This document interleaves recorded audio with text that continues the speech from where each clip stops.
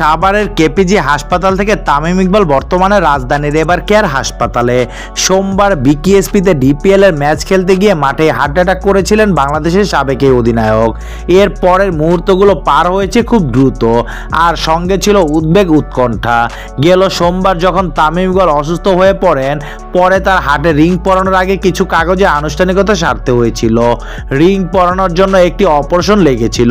সাধারণত এই ধরনের চিকিৎসার আগে পরিবারের পক্ষ থেকে সম্মতি বা বন্ড নেওয়া হয়ে থাকে, কিন্তু সাভারে সেই সময় তামিমের পরিবারের কেউই ছিলেন না।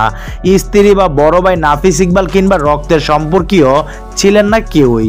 কিন্তু পরিবারের জন্য দীর্ঘক্ষণ অপেক্ষা করার মতো অবস্থা ছিল না সেই সময়ে, যে কারণে তামিমের অপারেশনের বন্ডে স্বাক্ষর করার দায়িত্ব নেন ডিপিএল এর ম্যাচ রেফারি দেবব্রত পাল।